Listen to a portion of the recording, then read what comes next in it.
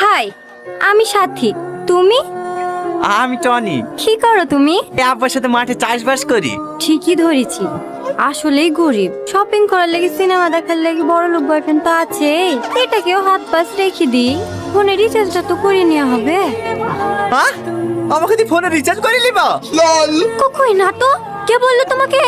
এই আবার শুরু করে দিয়েছি।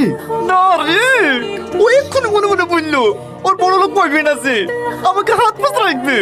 এই খাসি আবার মনের কথা শুনতে পায় নাকি? হ্যাঁ গো, শুনতে পাই।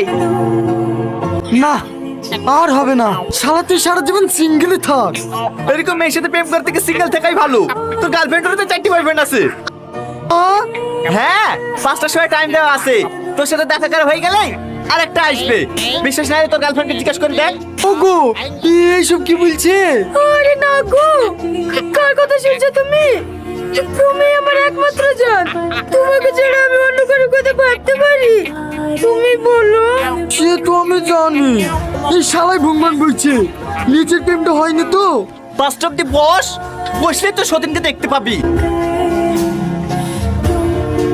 বাদ দাও তো তোমার এই পাগল বন্ধুর কথা। হেই লাও জান, খাবারটা খেয়ে নাও, আমাদের খাবার যেতে হবে। দেখছি পালানো লেগে আঁকাবাকি করছে। 5টা বেজে গেলে ধরা পড়ে যাবে যে। এই তুই চুপ কর তো। জান, তুমি এখানে 5টা পর্যন্ত বসে দেখি দাও তো, তোমার কোনো বয়ফ্রেন্ড নাই? তার মানে তুমি তোমার বন্ধুর কথা শুনি সত্যি সত্যি আমাকে বিশ্বাস করছো না? তুমি জানো তোমাকে আমি এতটাই ভালোবাসি, তোমার জন্য আমার জীবনটাও দিয়ে দিতে পারি। আর তুমি তোমার বন্ধুর কথা শুনি আমাকে সন্দেহ করছো।